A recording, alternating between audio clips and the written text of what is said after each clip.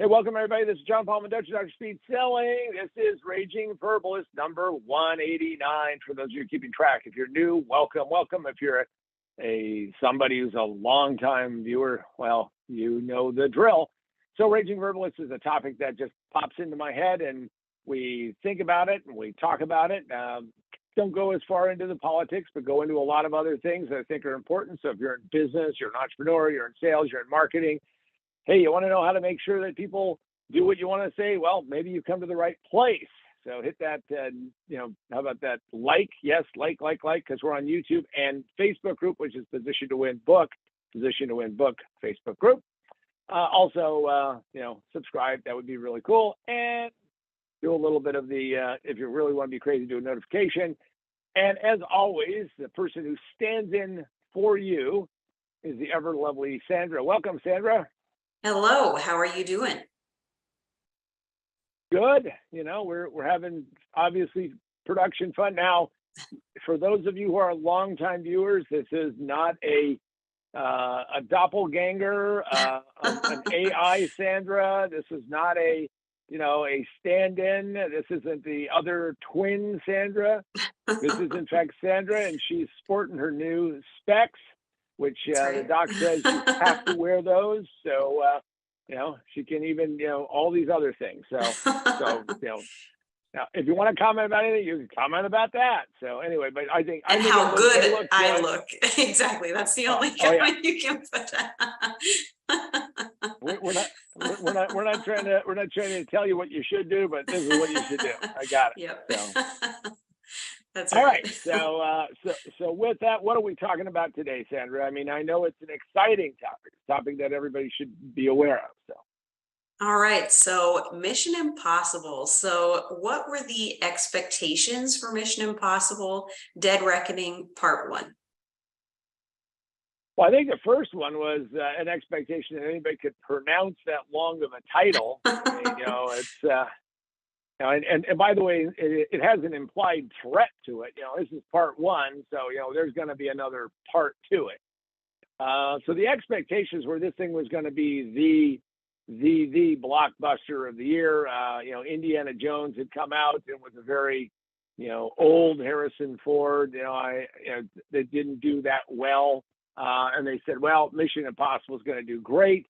And Tom Cruise worked extra hard to do, all those stunts. And, it's amazing what, surgery can do for you and all of that. Now, what happened is that expectations were it's going to do many, many, many millions and millions of dollars and just go explode right out of the gate. And away you go and be the big movie for the year.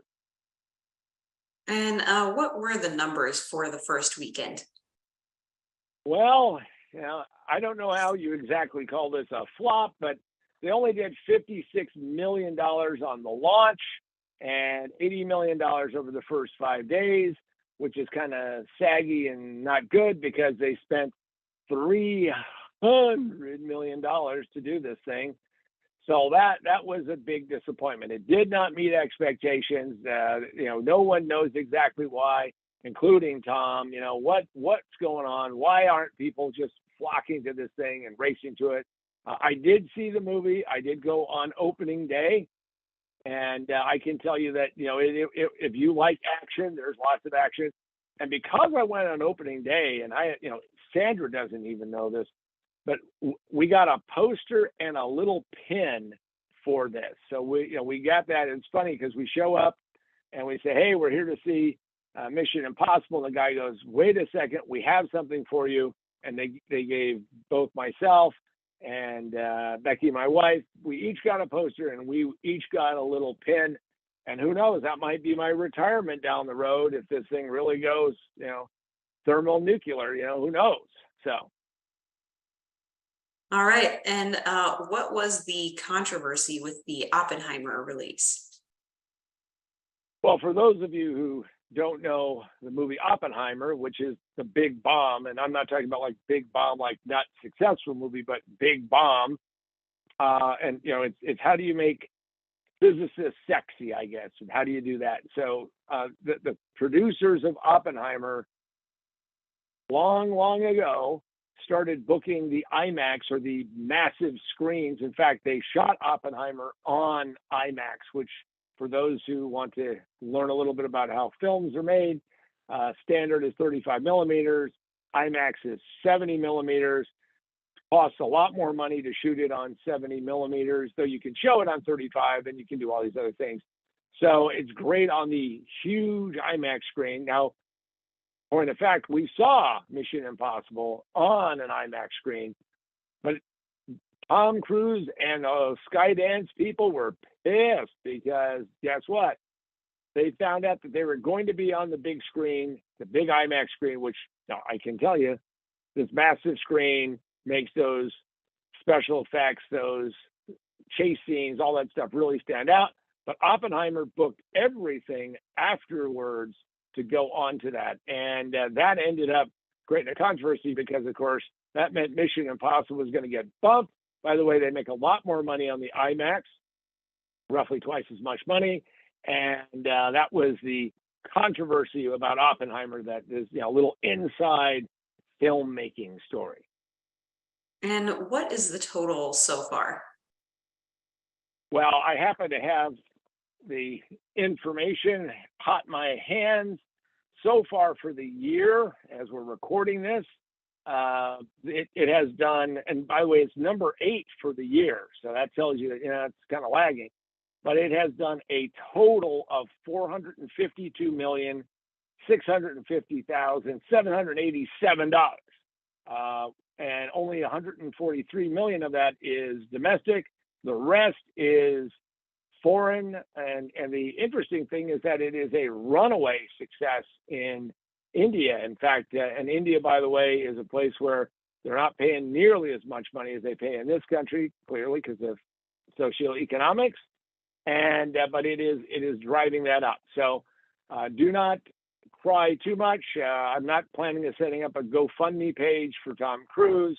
They spent $300 million, but they're at $453 million. My guess is that over time they'll inch their way up to profitability, and away it will go. Now, considering that this is a franchise that has been going on for 27 years, and this is the 7th film, I have to say that they're probably doing better than one could imagine they're going to do. But Hollywood always has great expectations about what's going on. Now, if you want to figure out what's going on in the world, if you want to think about how to become more successful, if you want to make sure that your business goes and does what it's supposed to do, well, I have something for you. And it is an impossible mission. It is a very possible mission, because what we can do is you can get yourself a copy of my book. Most businesses fail in the first 5 minutes. That's true. First 5 minutes.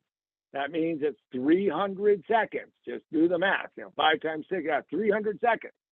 And but it takes people 3 to 5 years to realize it, position to win. And all I can tell you is go pick it up. You can go to the Position to Win book.com, positiontowinbook.com. You can buy it from us directly. You can also go get it from, of course, Amazon, Barnes & Noble, Books A Million, wherever books are sold. You can get the physical copy. You can also get the digital copy. Digital. You can get Kindle, Nook, and the iBooks. It's all available there. And while you're there, you might want to think about, if you're doing what people are doing more and more and more of and want to do it better, go pick up Remote Work for a Better World, in which we talk about how to make sure that you can work remotely and make things work. And the final thing is that if you want to make anything taste a little bit better, go a little bit farther, pick up your own Raging Verbalist mug so you can get a little bit of Raging Verbalist every single time you take a sip. That is good. All right, Sandra, what do we have? Where do we go from here? All right, so talk about expectations and forecasting. Well, the interesting thing is that when I started selling high tech, I went from essentially being somebody who, you sold whatever you had to sell to, keep your job kind of thing, is that once you get in that corporate world, is they had all these people who were trying to discern, trying to see into the future, get a crystal ball, go to the Oracle of Delphi and figure out what was going on. So what I ran into is people said, okay, let's talk about forecasting and expectations. Now, expectations are something that people set, right? We have an expectation. They wanted Mission Impossible. I'm sure could we do 100 million the first week or whatever it was? Well, they did. And they did 80 million. Okay, but who knows exactly what their true expectations were? So expectations, I like to view as this is what you're hoping to do or thinking about doing, and a forecast. So a forecast is that you're taking your best judgment, your best thinking, and saying, given the opportunities I have in front of me, true opportunities. The expectations are more of a marketing thing. They're more of a mystical thing. But once you get into forecasting, what you're trying to do is say, what is it going to take to get to where we need to go? And what I quickly learned is that when you write something down on a forecast and it gets rolled up and it determines what a company is going to do, you better be very careful about what you're going to say. And what I saw is that the people who were really good at forecasting, and I mean bullshitting their way through it, would always get great accolades, even though like 99% of them would fail out on that. And that's a really important factor in life, is you got to make sure that you temper that and you deal with expectations and how to work between the two. And what is the lesson when you were doing sales and forecasting? Well, I think when you're going to do sales forecasting, I am a conservative sales forecaster, because when I was running crews of salespeople, I would always ask them to have what I would call bet your ass. And bet your ass is essentially, if you don't make this number, is it perfectly acceptable for me to fire your ass because you didn't make it?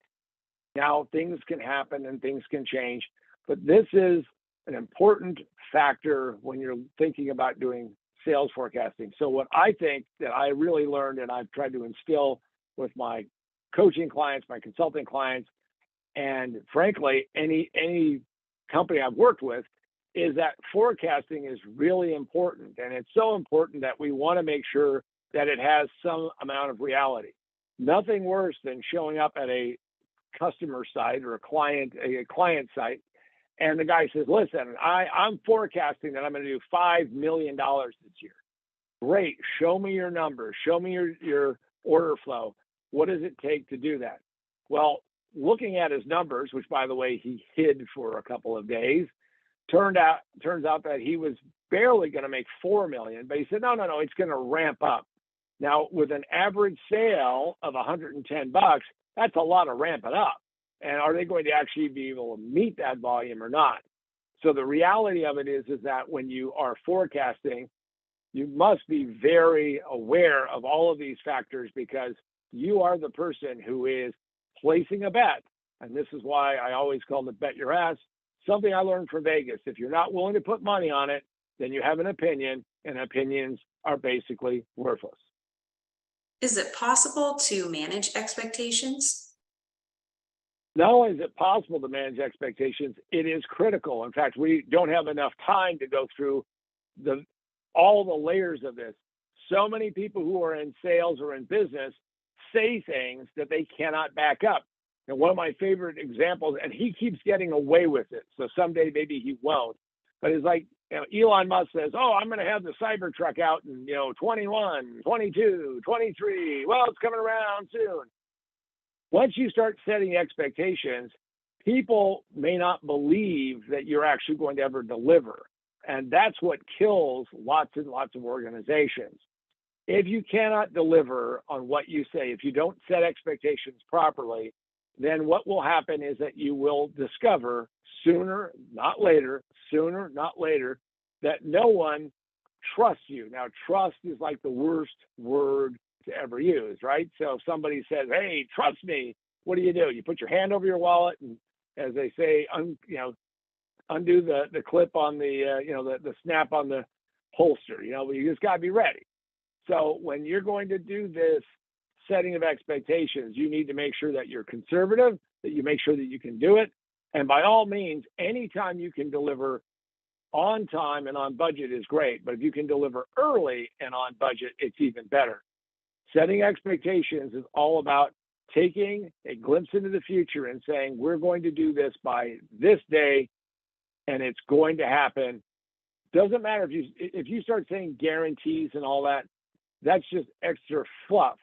The reality is not what you say, but what you do. And expectations in the marketplace and industry are all on whether or not you deliver on the expectations that you set. And should sales, marketing, and business professionals spend time learning about expectation setting? Not only should you spend a great deal of time learning how not to screw this up, but remember, when you are going to deliver on the sale, you're going to go out there and they say, okay, I've decided to take my precious resource money, give it to you, and I expect that I'm going to get the product or service as you described it in your presentation, as you went through it, and as you talked about all that. That's really important. The mistake that people make is they say, well, I had to tell them or tell her or tell them this so I could get the deal. Well, you now have just created an imbalance, not only for yourself, but for your entire organization. I started working with a client, my signature turnaround, and what I did is I discovered that they were always late in delivery. That's bad. Now, guys I fired had set lots of expectations. How long will it take to deliver this? Oh, 6 or 8 weeks. Okay, 6 or 8 weeks, we can live with that. When the reality was it was closer to like 16 to 24 weeks. So what I would do is I would say, instead of saying, when could I deliver it? I would say, when do you need it? Here's your lesson for today. When do you need it by? On your dock, in your lab, in your whatever. When do you need it by? And I would let them set that. Now, if they are not going to do it, I don't help them set it. I force them to tell me that date, because that's very valuable.